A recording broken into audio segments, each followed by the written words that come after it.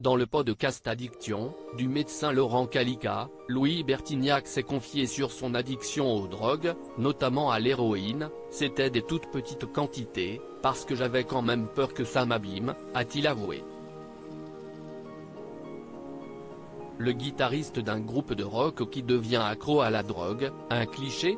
Louis Bertignac, du groupe Téléphone, a bien été addict à l'héroïne, mais c'était avant de jouer avec Jean-Louis Aubert, Corinne Mariano et Richard Kolinka. Et, d'ailleurs, quand il était sur scène avec Téléphone, il n'était pas défoncé.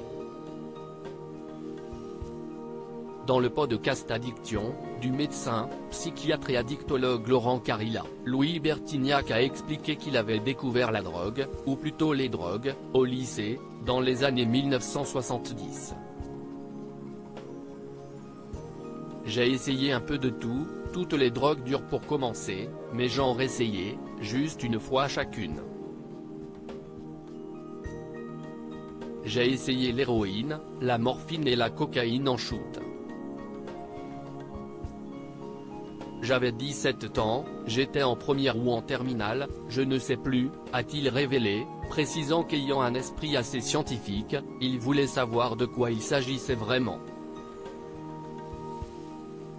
Ce n'était pas pour m'accrocher, juste pour tester le truc. Et en fait, il n'y a aucun de ces 3 essais qui m'ont plu. Par contre, ce qui a plu à Louis Bertignac à cette époque, ce sont les clopes déjà, et le cannabis, juste après je m'y suis mis. C'était habituel. J'allais chez les potes, on fumait un pétard.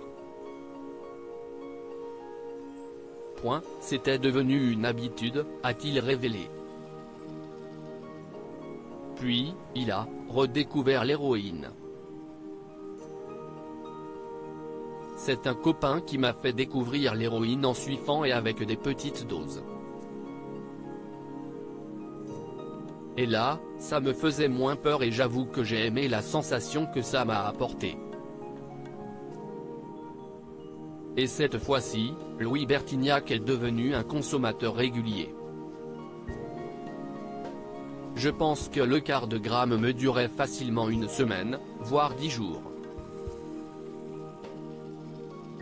C'était des toutes petites quantités, des petites lignes, quand les copains se faisaient une grande ligne de 10 cm, la mienne c'était 1 cm parce que j'avais quand même peur que ça m'abîme.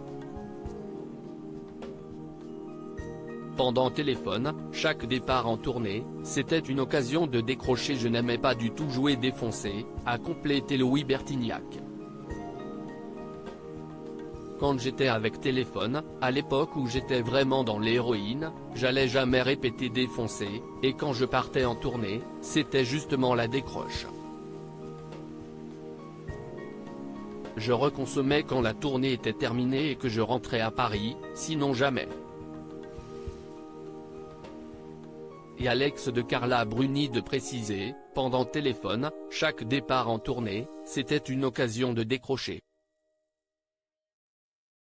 Alors pendant les 2-3 premiers concerts, je suais beaucoup et j'étais un peu fébrile, comme quand on décroche. Le guitariste a fini par arrêter l'héroïne, mais aussi la cigarette et le cannabis. Aujourd'hui, il ne fume plus que la cigarette électronique.